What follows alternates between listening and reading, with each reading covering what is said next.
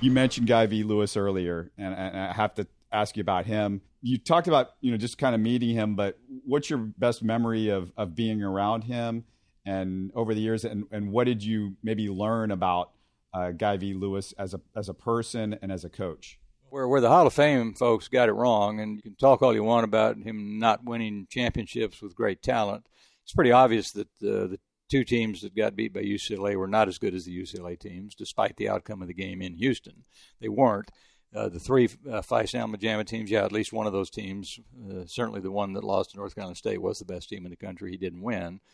But where they got it wrong was Guy Lewis is a social visionary. Guy Lewis changed basketball both from a marketing standpoint, because it was Guy's idea to put that game on. John Wooden wanted nothing to do with it. It took a lot of backroom machinations to make, because Guy knew what that would mean, and he also integrated the South. And he didn't do it gratuitously.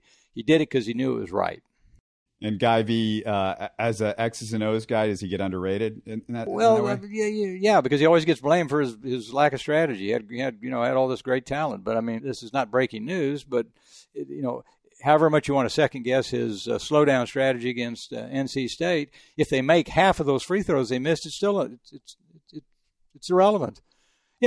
Was he the greatest coach that ever lived? Probably not. Was he one of the best? Maybe. I mean, his I think he called it the Z5A half-court trap, was one of the most ingenious basketball strategies of the age. I mean, he was a visionary in how he played. I mean, how he played on the court. He also had great players. He was smart enough to see that, he understood that the times were changing. We need to change with the times, both basketball-wise and socially. So lots of credit. And it's not coincidental that one of his closest friends, a lot of people don't realize this, was Don Haskins.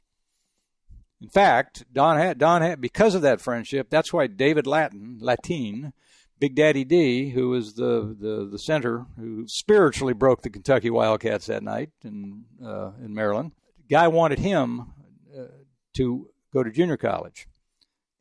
Wait 2 years, because the university had decided they would integrate the football program first, and the next year Guy could integrate the basketball program. Again, this is the world that we lived in those days. And David Lattin, who was Houston's first ever consensus basketball All-American at Worthing High School, he said, Guy V, I'm not a junior college player. I'm not going to do that. And he ended up he made a terrible mistake, ended up at Tennessee State, and things didn't work out there. And Guy tried again. And David said, I'm not going to junior college, Coach. I've told you that. So Guy told David, gave him Don Haskins' number. I got a guy who's he'll sign you in a minute. And that's how David Lattin ended up winning the national championship at Texas Western. You're listening to Houston Sports Talk.